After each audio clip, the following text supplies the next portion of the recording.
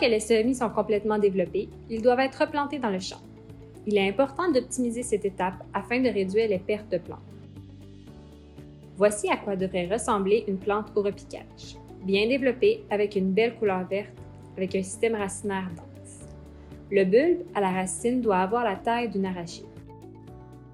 Un stress lié à l'eau est dans de nombreux cas la principale cause de perte de plantes après le repiquage. L'ajout d'eau avant le repiquage permet à la plantule de survivre ce stade critique. Pour la même raison, les plates-bandes sont légèrement irriguées pour améliorer le succès de la transplantation.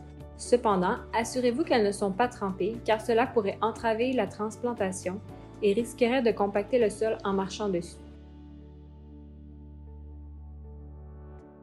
Utilisez une fourchette pour retirer délicatement les semis et les séparer.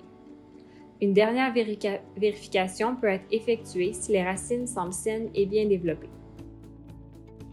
Placez-les dans des contenants, comme une boîte ou une bassine, et les transportez sur le terrain.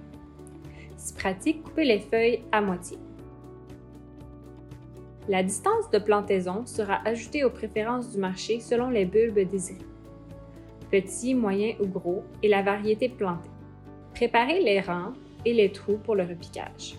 Utilisez des bâtons et de la corde pour tracer des lignes sur le lit. Ce seront les rangées, puis mesurez pour placer les trous le long de la ligne. Pour avoir une récolte uniforme, assurez-vous que la distance entre la plante est la même.